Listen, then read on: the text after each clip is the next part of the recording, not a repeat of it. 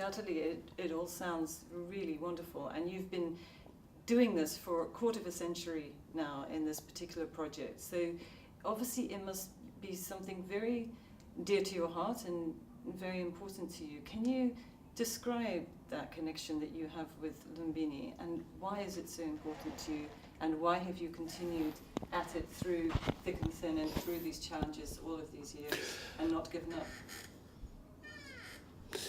Somehow I saw Korean War in 1950 was not because of Koreans, of North Korea, South Korea, or because of ideological conflict, made East and West ideological things made. And so I start to see what's going on that they create, I don't know, some I call marma, agonies of people. Created by power and wrong ideology thinking. And one of the important offshoot of that is nationalism or provincialism. I am this religion, I'm this, categorize it, analytical thinking, and then make comparisons. And then they put a value judgment. And I said, I don't want it to be only South Korean. I'm a Korean. I don't want it to be a Korean, but I want to be Asian. I don't want it to be an Asian. I want to be a global citizen. I love friends in Florence. I love friends in Malta. I love friends in Kotor and Montenegro. I like people in Norway. I love people, Mongolia, everywhere, New Zealand.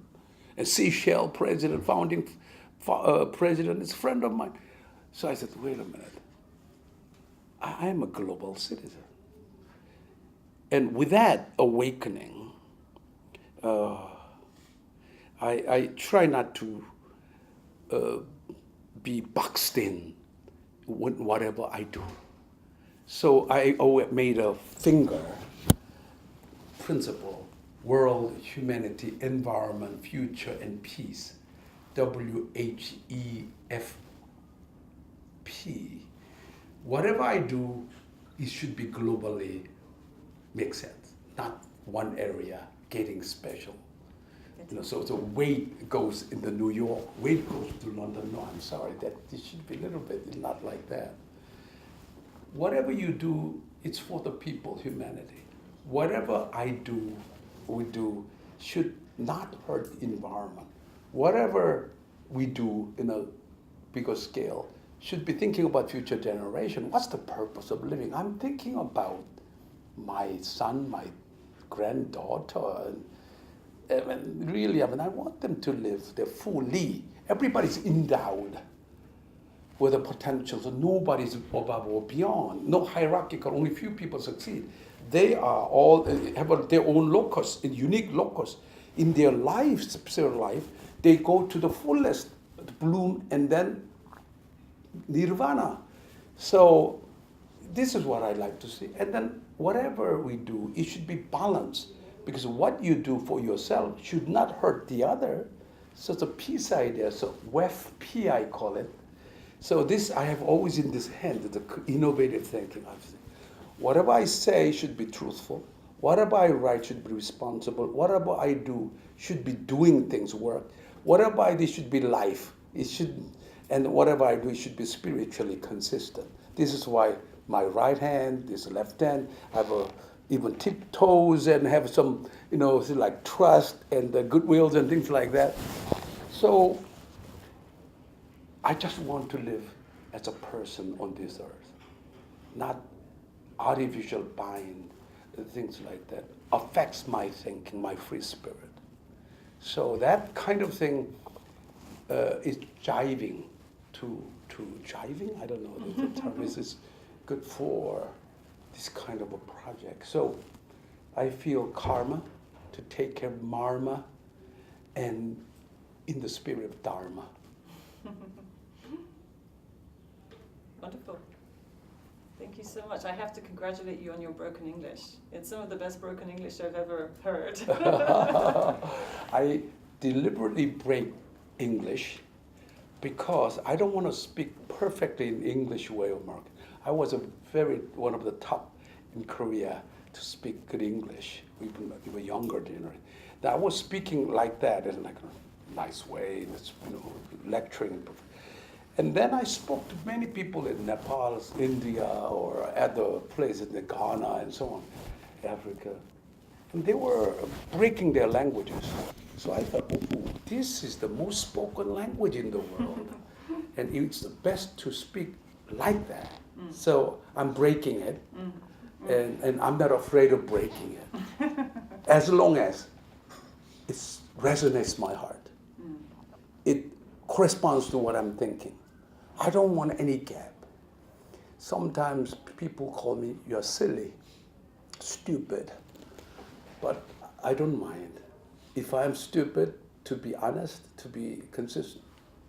Because they think you're too much of an idealist? Idealistic, and some people even call me idealist. But I told them, no, I'm a realistic idealist or idealistic realist. That's what I want. I don't want to live my life and then say, this is reality. So therefore, what do? This power talks. At the end of the day, money is the way, the power. Don't you know, you stupid? No. That's not all. What guided me so far is not that. My parents didn't live their life like that. I learned from them. Wait a minute, I saw many people like that. Don't generalize. Everybody's like that. So once you think about being a good person, you're born with a special potential God has given you. Unique. I call it uri vibhuniti. Unique. So nobody should look up. Nobody should look down. I practice this. People say, oh, he's a sweeper. Look down. No, that's a wrong thinking.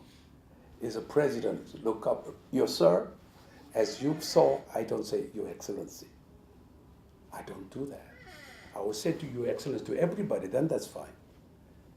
I think we should live our life like that. I respect you, I respect you, I respect you. I cannot say you are better than me. I cannot say you are worse than me either. This basic principle should be applied in this kind of living situation.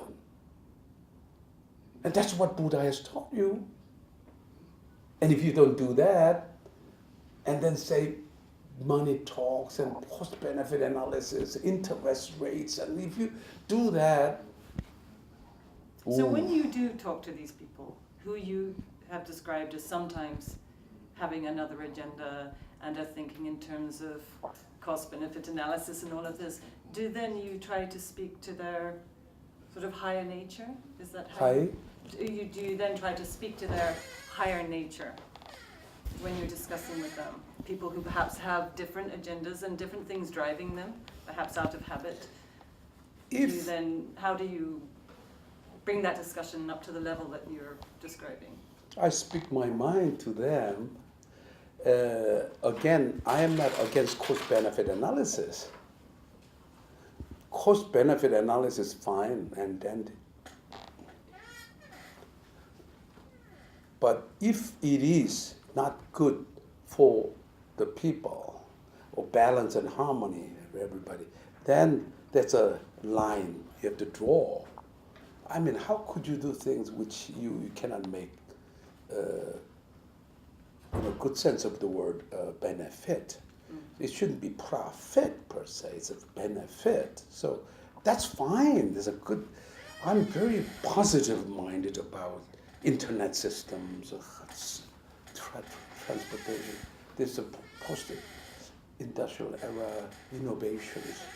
One should not make a blanket condemnation of any people or any things. You have to sort out and then try to do it to elevate the spirit at the best extent so that everybody could live in happy sort of a mood. Yeah. I mean, it's not that difficult.